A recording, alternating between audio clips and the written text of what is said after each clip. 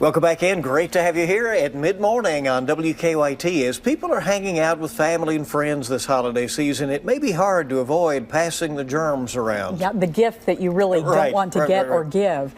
Dr. Ryan Stanton is here to tell us what he's been seeing in the emergency room here in Lexington. Welcome. Glad to have you here. Thank you very much. Well, as we said, it's a time of togetherness. Yes, absolutely. And as a result, you see some interesting cases in the emergency room, right? What's sure going do. around? So you couldn't have hit it better with saying it's the gift that everybody's giving this time of year. And so there's actually three big illnesses we're seeing. The good news is we're not really seeing the real deal flu yet, or RSV, which is the common pediatric illness this time of year.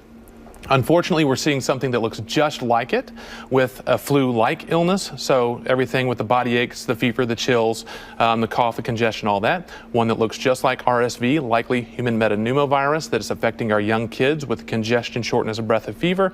And unfortunately, like usual, we actually have a GI illness too, one that most people call a stomach flu. This is a GI illness: nausea, vomiting, diarrhea, abdominal pain, and fever. Three big things that it looks like, keeping up with my compatriots around the country, that they're seeing around the country right now. So most people, a lot of people who are watching right now probably have seen it as well. Sounds pretty miserable. Now, are these all viruses? Is that what they are? They're all viruses, meaning that antibiotics are going to do no good. So you come in, a lot of people say, I've got this illness going on, I think I need some antibiotics. The issue is that antibiotics not only don't help, but they also have their side effects. So a lot of times they cause GI issues, and also the more high-risk issues like Clostridium difficile, a resistant infection caused by the use of antibiotics. So the main treatments here are going to be the symptomatic management: Tylenol, ibuprofen for the fever and body aches, medications like Zofran or Phenergan for the nausea and vomiting, and basically getting some rest and staying hydrated, and most importantly, avoiding those that aren't sick.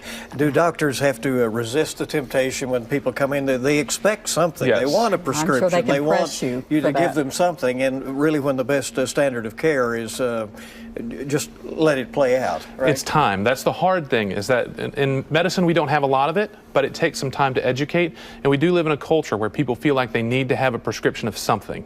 So a lot of times we'll write out prescriptions for, say, the nausea medicine, or for even the Tylenol, ibuprofen, so people have that tangible evidence that they were seen in the emergency department.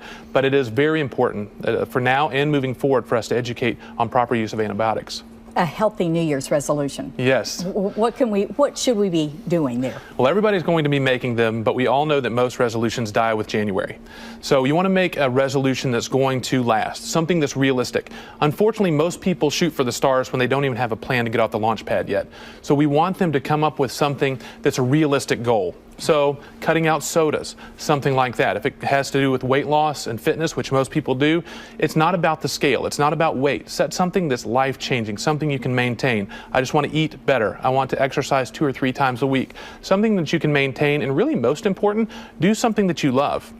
If you're forcing yourself to do something, you're not going to make yourself do it. You're going to find a reason not to. Yep. So let's do something that you can keep up throughout the year, and maybe something that you can continue, so we're not having to make new resolutions every single year. All right. As I always do. Dr. Stanton, thank you very much. Small changes can make a big difference. Absolutely. Happy New Year to you. Appreciate you coming.